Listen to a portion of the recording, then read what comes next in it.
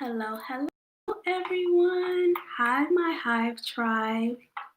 Hello, Queen Hive. It is Queenie Urbane, and welcome back to my channel. So today's live is going to be about getting out of your environment. The key to your feminine journey and your level up is literally just leaving the location you are in, especially if this is the place you was raised or brought up in. So first I'm going to talk about the importance of leaving your environment, and then I'm going to kind of give you my tips on ways to get out of that environment in case you can't financially afford it, and just ways to navigate those new areas that you're not used to.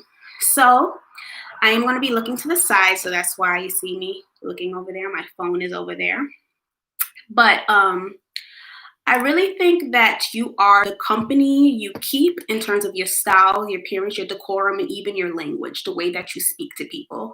So as long as you're around people who have the mindset of like not leveling up, not growing, not expanding, they have a really stagnant mindset. Like they believe that where they are is where they're always going to be. There's never going to be any growth, anything more than this. They've been in generations of poverty, generations of just bad situations, and generations of toxicity. So they don't believe that they can expand or be more than that.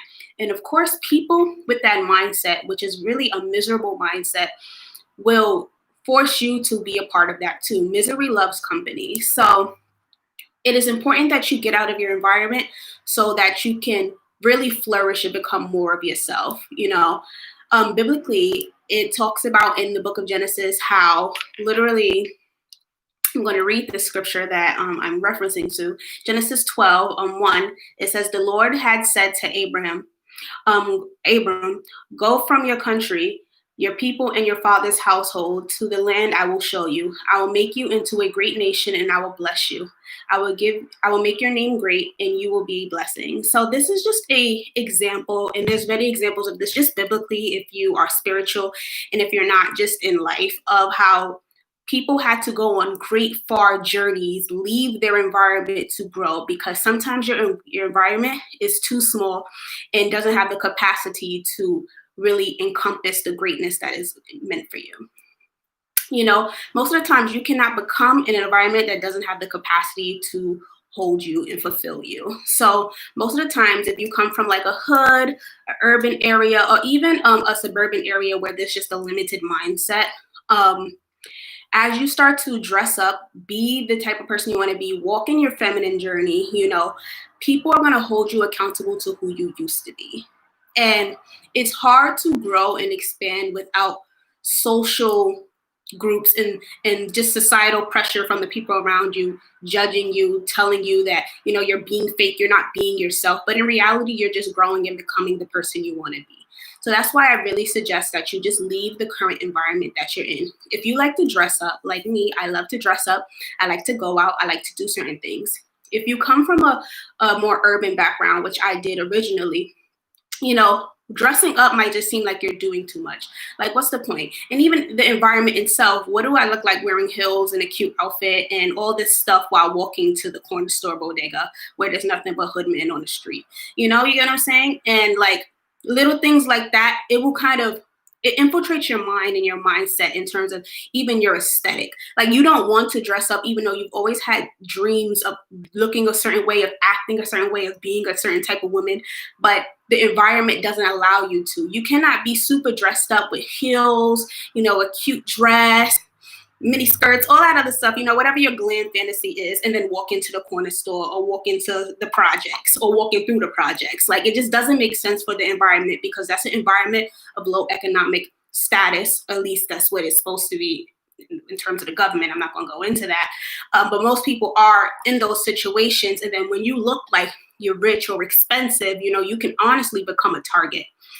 So, outside of just the societal aspect of the environment, the people in it can make you feel some type of way too. You can start getting harassed. You can literally be around friends, I'm talking about in certain environments, there's nothing but masculine women, or women that are aggressive, or women that just don't believe in using your femininity, your feminine aura to get ahead because of whatever historical reasons they have to why they function like that.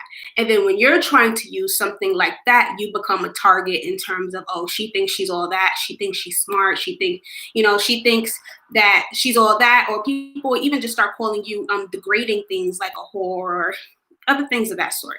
When you start to just change your appearance, that's not the normal of the environment.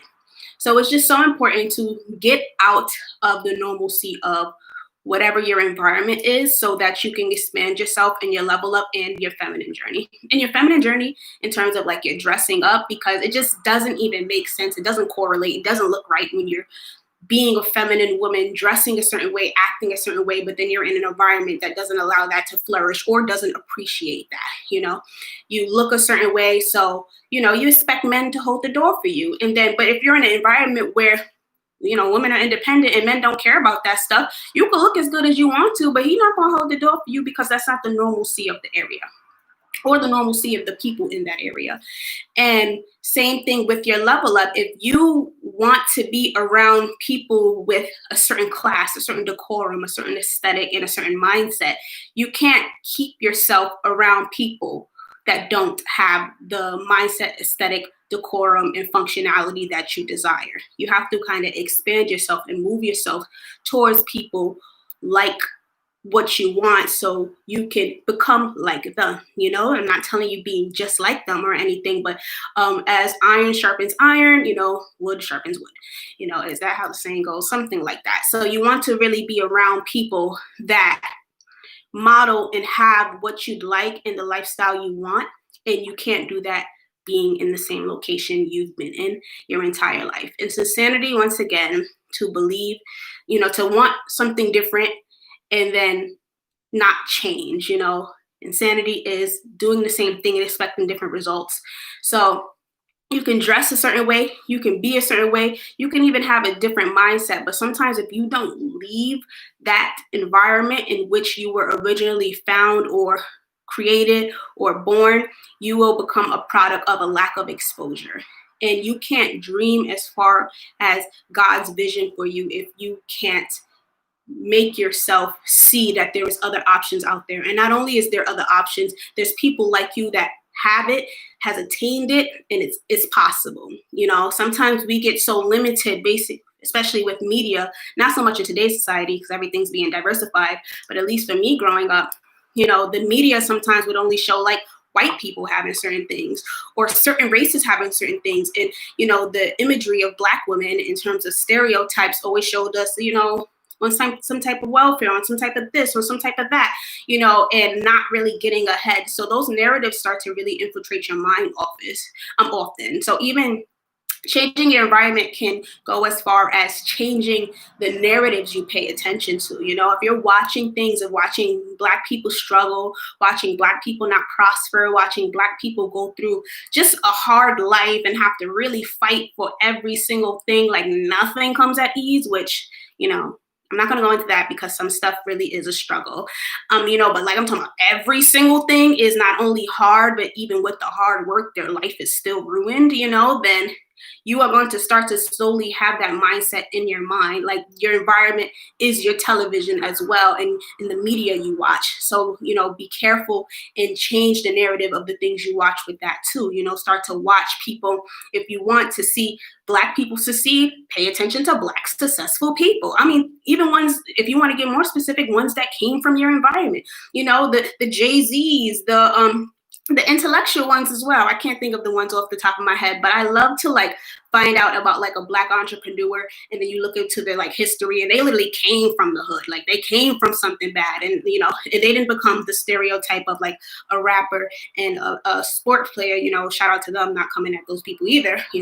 Just get your money how you get it, but more so the people that really, they went into a more corporate position, a more specific position, or a position you couldn't even think of, like they became a ballerina or something like that. Like, those big ones that's not the narrative we're often given. So that lack of exposure, really stops a lot of people from pursuing those things. Like most people, if you pay attention, most Black men want to be either rappers or sports players. Not a lot of them, I'm not coming at, but ones that come from the hood, they want to be those things because they feel like those are the only options of success for them. If they showed more people, more movies of people coming from these environments and becoming the CEO of something or becoming this great businessman or doing something a certain way, they'll like the limit of the dream becomes more feasible, or the unlimitedness of the dream becomes more feasible. They'll be able to really imagine themselves being that. And for me, my dream is to become an attorney. Not there yet, but paralegal, so I'm getting there pretty close. But I kind of pay attention to those narratives in Black women that come from any life, any situation that becomes like top attorneys. And there's on these TV shows, it'd be like defense attorneys, the best ones, like they call her to fix everything. And it usually be a Black woman. So those are the narratives I like to pay attention to. Like, I don't just want to be an attorney, I want to be the best one. You get what I'm saying? Like paying attention to narratives that reinforce what you want. And all of that is in part of environment, what you expose yourself to. Because environment is just exposure. What have you been around? What do you believe is attainable based on what you've seen, what you've experienced, and what you actually, have watched other people do? So now that we've talked about the importance of, just expanding your environment, expanding your thought process, expanding, the places that you go, the TV that you watch, the things that you expose yourself to, I would recommend now that you start to be able to physically go to those new places. So what I used to do when I was in undergrad was that instead of going to the places that all the regular college students went to, which was like the cheap bars that's like $2 drinks that everybody can afford and stuff like that, I would start to go to the more upscale restaurants. And though I went to those more upscale restaurants or even upscale places, like to this day, I'm not rich or anything, but I'm doing pretty good. And I like to shop at, more upscale places. Like, I just like the aesthetic of cute stuff and like glam and the glitz and the minimalisticness and the white. Like, look at my background. Yeah, I'm into the bougie stuff. I like to go to those places because it just makes me feel good. But you don't have to go broke to be in those places. So a lot of people, when you go to a steakhouse, you got to get a steak, right? Because, you're in a steakhouse, but steakhouses and steaks and steakhouses are expensive because that's what they're known for. So if you want to be a person that start to go to lunch or places like that in environments that fit the aesthetic of who you want to be, once again, trying to manifest the life that we want by entertaining this stuff today and limiting our exposure to the bad stuff that we don't want. You go to those places, but you don't have to go broke. You can just get, if you can't afford like a drink, get water with lemonade. A water with a lemon and a nice salad or a nice pasta dish or a nice chicken dish. Like, you don't have to order the most expensive stuff at a restaurant like that, which it took me a long time to kind of break out of, because I'm thinking if I'm in this environment, I should be buying the expensive stuff that they get. But there's a thin line between capping, like literally faking this faking rich, faking wealth, and like being in an environment that just allows you to feel wealthy, like allows you to feel that this is a place you deserve to be. A lot of manifestation is just your feelings. You feel right when you're there, and it might feel right to order a steak at a steakhouse or at somewhere like that, but financially in your pockets, you can't afford that. So it's more better to just be wise and order something cheaper, or just go to a nice lavish store. Like, say one of your dreams is to be able to walk out of Saks or the Louis Vuitton store and just buy a bag. Now, Louis Vuitton store, I don't even have no advice for you with that. Like, don't go in there if you've got no money and you can't afford it, because that just looks bad. But like, say you want to go to Saks or Bloomingdale's or Nordstrom or any of these stores that just, the bougie people go to.